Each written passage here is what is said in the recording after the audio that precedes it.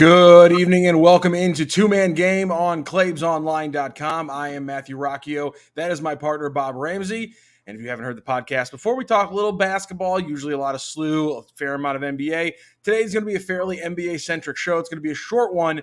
I really just wanted to jump on and talk to Rammer about some of the craziness going on in the NBA, really that embodies just how insane the NBA has gotten over the last few years. And that was, of course, the Nets. And I guess you can loop them in there. Celtics drama that happened today, if you want to call it that. Before we get into that, though, Rammer, how you doing? I'm doing well.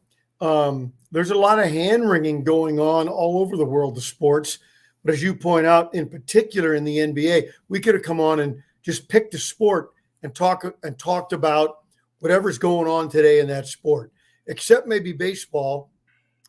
And the fans of the two teams competing in Game 3 of the World Series tonight, they're all doing a lot of hand wringing. So that's kind of where we are in the world of sports today.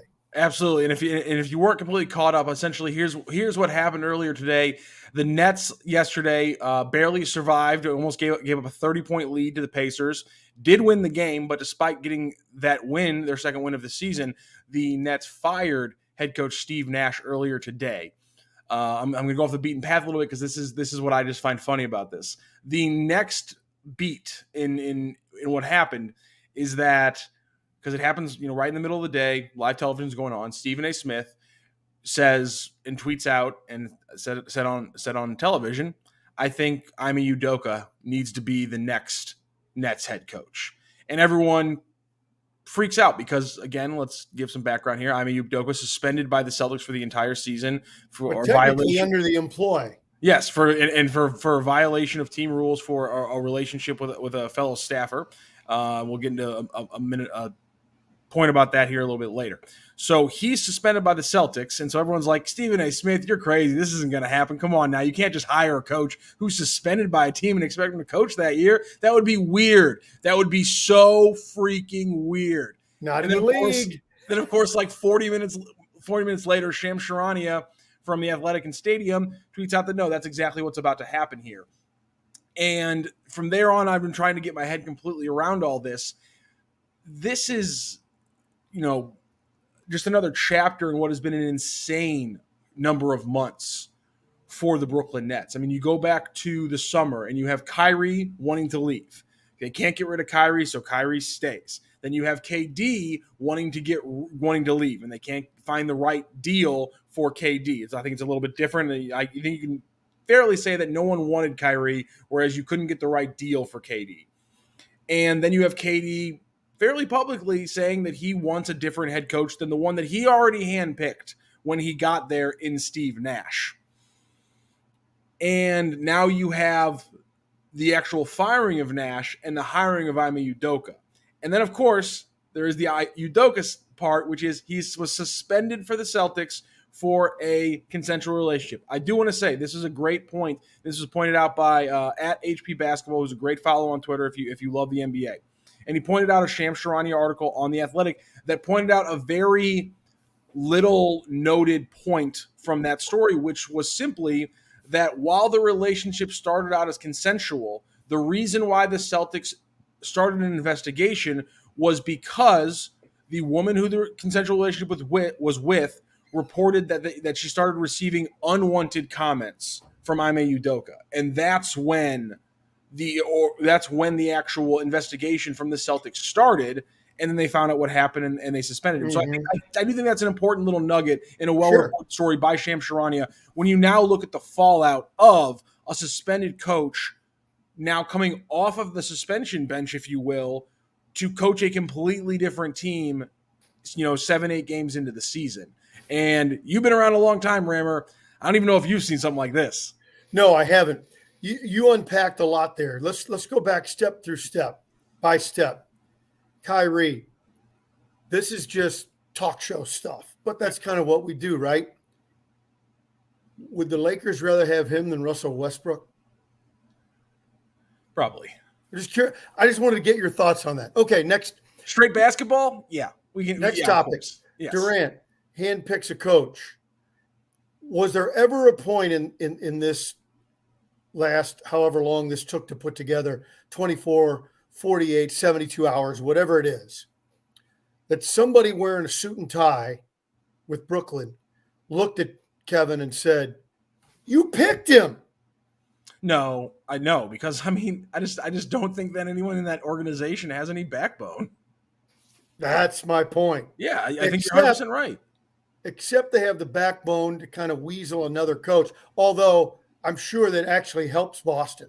And and here's the thing though, it's not even weaseling. It's No, literally ignoring everything that has happened since he was your second pick. Ime Udoka was Sean Marks, the GM for the Brooklyn Nets. He was Marks' second pick when he originally hired Kenny Atkinson a few years ago. So this was him just going back down his list and finding a guy that I guess was Kevin Durant approved, and the complete just ignoring of everything else that's around them. I mean, but he also did a great job who did Udoka? coaching. Oh, yes. Yeah, there's no doubt about that. Yeah, there's no doubt Yeah. what he did with the Celtics last So year. That's a good point. So here's the way the brass with Brooklyn can look in the mirror and without smirking or being embarrassed, somehow they rationalize to themselves, well, all that mess, that was a Boston thing. That doesn't have anything to do with us. And then they sleep at night. I'm not saying it's right. I'm just telling you that's what happens. You're absolutely correct. But you have to, but I mean, if you're working for the Nets, you got to go, okay, so does the workplace conduct of an employee only matter, when you're the one employing them? You don't take any consideration into how they treat other employees at their other workplaces in this situation. I think that's a fair. I think that's one of the complaints people are bringing up is, is it should a coach who got suspended, and maybe if you want to say, if you don't want to say specifically for the reason, just overall, just carte blanche. If a coach gets suspended by one team and he gets signed by a new club, or you trade into a new club, he can't coach that year. I think there's a reasonable thing that people are bothered by in that factor here. Yes, but who cares what the people think? I only care about what you think. And I think I don't want, gosh, I'm going to come off sounding like I'm defending the Nets, and I don't want to. But I don't want to get to a world where everything's push button and we can't use judgment. It's fair. Again, it would be a rationalization in this particular case. But the NBA's been going on a month, a little less than a month. Yeah, pretty much. When did he get suspended? A couple weeks before the season. So let's give it 2 months just so I can do it. We really believe that this infraction, that he was being suspended for the year, is a joke. That was wrong. And 2 months is more than enough for an HR problem. It's an HR problem, not a nothing with legal ramifications, that sort of thing. I think you could make a compelling argument for them in that regard. And then the other thing I think everybody has to ask, you mess up, you get a second chance. When do you get it? Why? Why does my organization have to go by the parameters set up by a competing organization? Although, having said all that, Celtics are right and the Nets are wrong. Yeah, I mean, yeah. Having said all that, when you look at what's happening here, I think it's, especially again when you dig deeper into what started the Celtics investigation, and it's that unwanted comments, not a consensual relationship, is what the problem was. Well, I think that it's pretty easy to say that if you're a workplace, you need to take that into consideration. And again, I'm not saying he doesn't get a second chance, but a punishment was levied. And overriding that punishment by bringing him to your organization and then saying, well, that punishment has no, standing on what we're going to do. It sends a message to your organization. It sends a message to people outside your organization about, at this point right now, with everything crumbling around your ears, you are doing anything you can to try to win basketball games and legitimize your job as, whether you're Sean Marks or Joe Tsai, the owner. He doesn't have to justify anything, but he has to, put up a good corporate social face. And so I kind of just read these guys as saying, we got to win, and making decisions, overriding everything else but that. You know what Udoka's problem was? With all these other rules and suspensions and what was right or wrong, HR, he forgot the golden rule, and this is why he should be suspended. Never shit where you eat. Yeah, that's also a good point. Who's never heard that? Yeah, and there's a reason, why. Is it against rules to do that? Well, it's frowned upon. Yeah, Moreover, it's stupid. yeah, it's a bad idea. Listen, getting up and going to work every day, and for some people is hard enough. You don't need a deterrent. Like, come on, I mean, it's enough as is. I mean, all I have is the money bringing me. Some people have is the money bringing them there. You don't need the deterrent in the other side. So I just thought it was a blatant move by the Nets to saying, listen, all we care about right now is winning because everything has gone horribly for us. And again, in that timeline, I didn't even mention that, the culture, the cultural mistakes that Kyrie Irving has gotten himself into. Or if you want to just talk about basketball stuff, I didn't even mention Ben Simmons, who is a broken all-star. Which is usually something, if you have a broken all-star on your team, like if Luka Doncic was shooting like 15% from the field, people in Dallas would be pulling their hair out. Yeah. And yet the Nets are like, we have a lot of problems, and then also our third star can't be good at basketball and has a bum knee. Let me ask you one more question about this whole situation, because I don't have an opinion. So I really just, I'm going to lay back and absorb whatever you say. In your opinion, was Steve Nash a bad coach at Brooklyn? Oh, yeah. I mean, yeah, he wasn't a very good head coach. Okay. Yeah, listen, he's not the reason that they are as bad as they are. Yeah, but that doesn't mean he wasn't. Either. He wasn't an exemplary head coach. Okay. And again, talk about just basketball second chances. He should get a second chance because he had a broken roster and he had superstars who had an overwhelming command of ownership and the front office. I mean, down to them.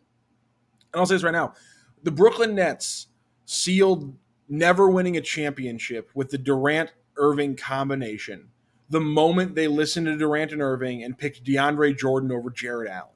The moment they said, we have a 7'1" center with incredible rebound and block rates, who's 21 years old and is only getting better, and also has a sweet afro while playing for the Nets. Marketing opportunities, you idiots. The moment they traded away Jared Allen and they were like, yeah, we're gonna get DeAndre Jordan, and now we're gonna go super small with Nick Claxton, 30 minutes a game. You're not gonna win a championship. The NBA got bigger over the last 3 years. It didn't continue to get smaller. It got bigger again. And so they broke themselves the moment they made that decision, and there's no way of coming back to it right now.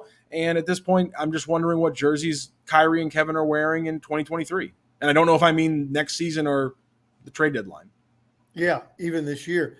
Exactly. And that might be the only way for them to, or not the only way, but the best quick fix. It's funny. What your strategy's got to work, but in the short term, if you make those moves, can you win the press conference? And obviously, they're desperate not to lose their fans. And there's a ton of Brooklyn fans that love Kyrie, and there's a ton of Brooklyn fans that love Durant. What's not to love, right? Except that it's on and off the court apparently toxic. Yeah. So how do you make the moves and try and correct it unless you say we're going to follow our new coach and we're going to give him a new roster without the drama? I don't know.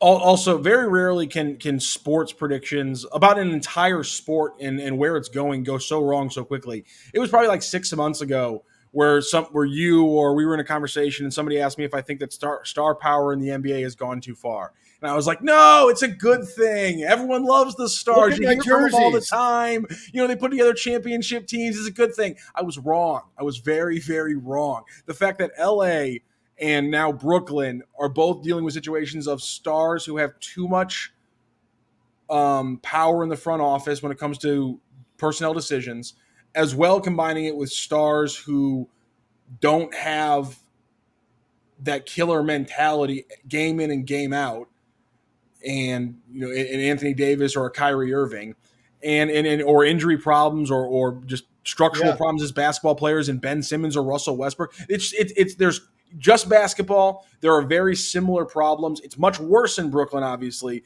but I was wrong about player power. They might need to rein it in a bit. Uh, I was That's at all I can say. practice. I was at Billiken practice today. I can't wait till next Monday. There it is. There it is. Absolutely. I can't wait till next Monday as well. In fact, we're going to talk about that a little bit more later this week because the Bills, again, they start their season against Murray State on Monday. There are still some tickets available. You can go ahead and grab that. It's going to be a great season for the Billikens, 22-23. So I say, why not be in there when they tip off for the first game? Javante Perkins still can't miss a shot. That's good to know. That's Can't miss. I like hearing that. Absolutely. All right, Rammer, that was a short one. Just want to get this net stuff out. I'd like the little sleuth kick there at the end. Before we get going, though, please tell everybody about Royal Banks, Missouri. Royal Banks of Missouri. I just I reworked my home equity credit line. You know, with the value of homes going up, why not use the work that you've put into your home back into your home and get the things done you need to get done? Royal Banks can help you. I know rates have gone up, but Royal Banks is going to work with you to get you the best deal that you can possibly get with bankers that know the community, make you feel like they're their hometown bank. You know why? Because they are. For over 50 years in St. Louis, it's Royal Banks, where better service means better banking. Member FDIC, and equal housing lender. Thank you so much for joining me today, Rammer. I'll talk to you later this week, and we'll talk about some SLU basketball. See you, buddy.